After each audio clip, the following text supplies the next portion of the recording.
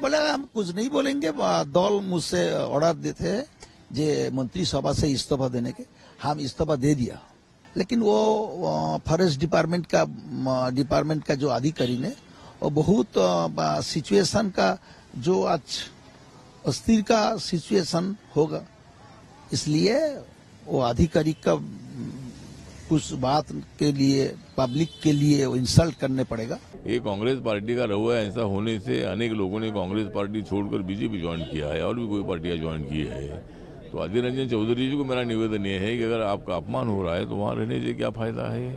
Congress party को भविष्य नहीं है और इसीलिए आपने कांग्रेस पार्टी छोड़ना चाहिए और आपने एनडीए में आना चाहिए, ऐसा निमंत्रण मैं आपको देता हूं। तो टीएमसी के विधायक इस्तीफा दे देंगे लेकिन महिला अधिकारी से माफी नहीं मांगेंगे। आप देख रहे दर्शकों, द न्यूज आपके साथ मैं सृष्टि। दो खबरें बहुत अहम आ रही हैं पश्चिम बंगाल से, और दरअसल एक खबर है कि अधीर रंजन जी क्या होंगे शामिल बीजेपी में।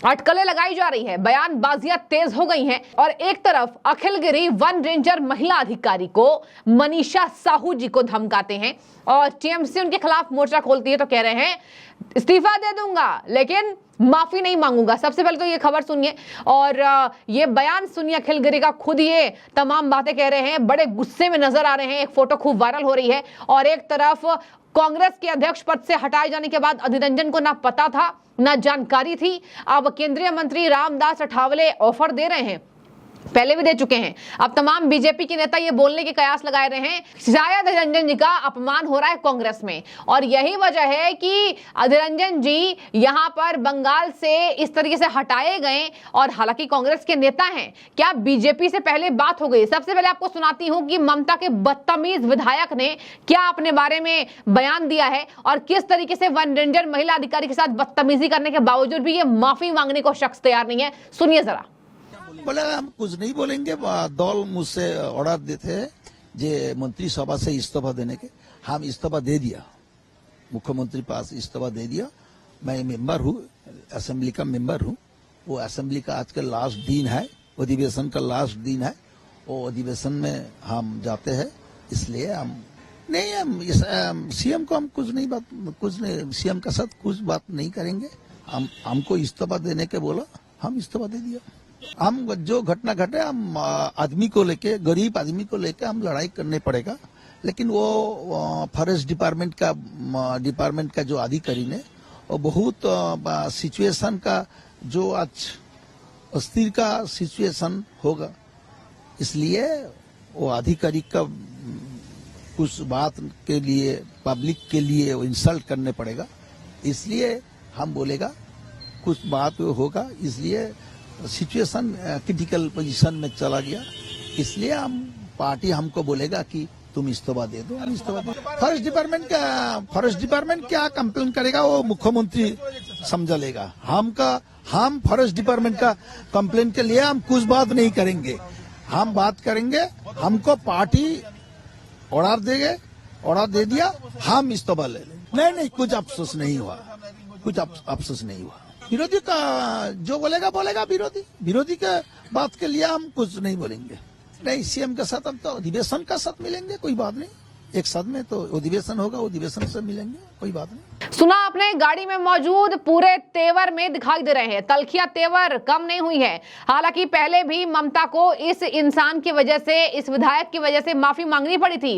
राष्ट्रपति द्रौपदी मुर्मू पर आज 1 साल पहले इसी विधायक ने गलत बयानबाजी की थी, जिसके बाद से बवाल मचा। ममता के मंत्रियों ने किनारा किया इस मंत्री से, इस विधायक से। उसके बाद महिला मुख्यमंत्री होने के नाते ममता बनर्जी ने सार्वजनिक तौर पर माफी मांगी थी।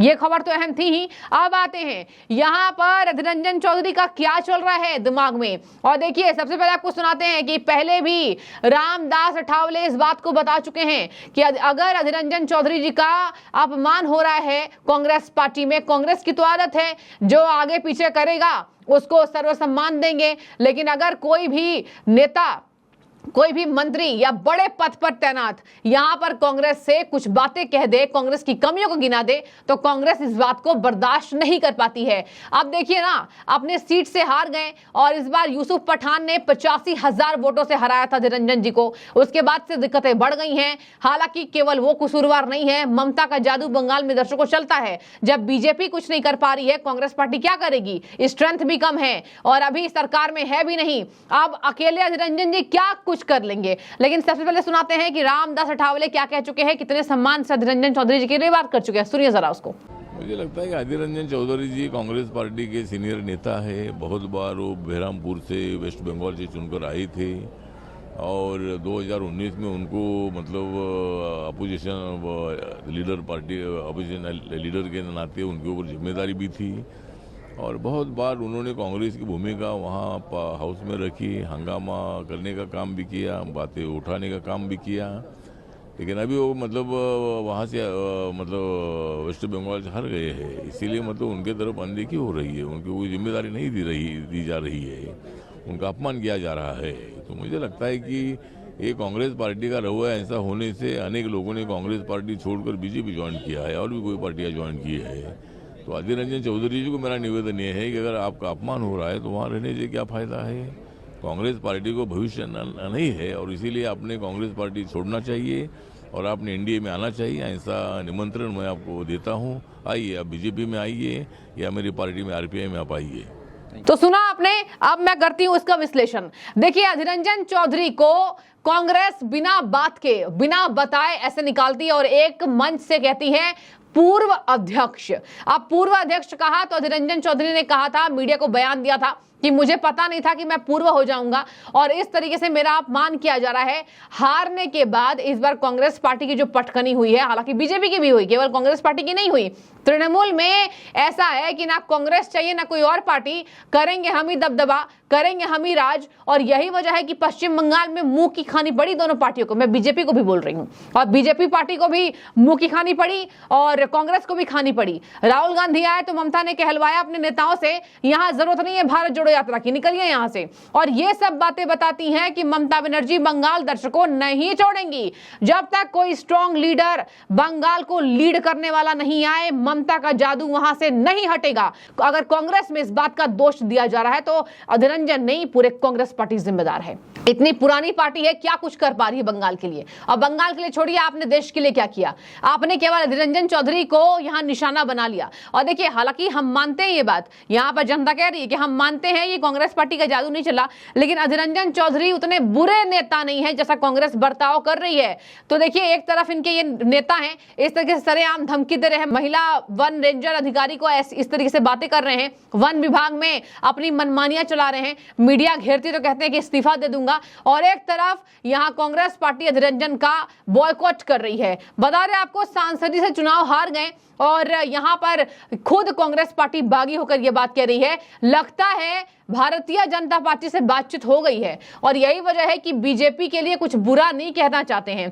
पहले भी नहीं कहा, ममता के लिए तो खूब पुरजोर विरोध करते नजर आते थे, लेकिन बीजेपी के लिए कुछ नहीं कहा। और दर्शकों, आपको बता दूं, अगर कांग्रेस के नेता दिग्गज अधीर रंजन चौधरी, अपोजिशन कितने बड़े लीडर अगर शामिल हो जाते हैं तो अंदर के पोल पट्टियां जरूर खोलेंगी और आने वाले समय में इससे कांग्रेस को अत्यधिक फायदा होने का अनुमान लगाया जा रहा है। आपको बता दें, खुला ऑफर दिया है रामदास अठावले ने, कह दिया खुला ऑफर है, नजरअंदाज किया जा रहा है, अपमान किया जा रहा है।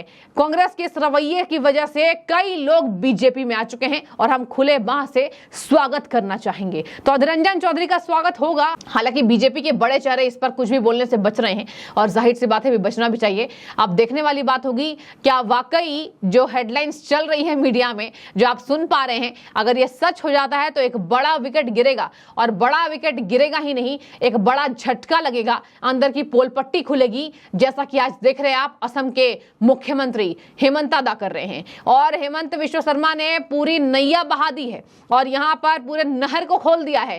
कांग्रेस पार्टी के अंदर के खाल को निकाल करके बाहर ला रहे हैं और यही वजह है कि कांग्रेस पार्टी करने लगी है उनसे नफरत। अधीर रंजन जी से भी नफरत कर रही है। देखने वाली बात होगी आगे की नीयत कांग्रेस पार्टी क्या तय करती है और अधीर रंजन चौधरी के हार के बाद क्या समीक्षा समीक्षा बैठक हुई है उसमें यह बड़ा निर्णय लिया जा रहा है, हटा दिया गया उनके बड़े पद से। यह अपमान है और यही वजह है कि बार बार अधीर रंजन के बोल भी कांग्रेस के खिलाफ हो रहे हैं। आपकी क्या राय है? आपको भी लगता है क्या कि हेमंता विश्व शर्मा की तरह अगर राहुल गांधी का पोल खोलेंगे और इससे बड़ा नुकसान पार्टी को होगा? जरूर कमेंट के जरिए बताइएगा। शुक्रिया।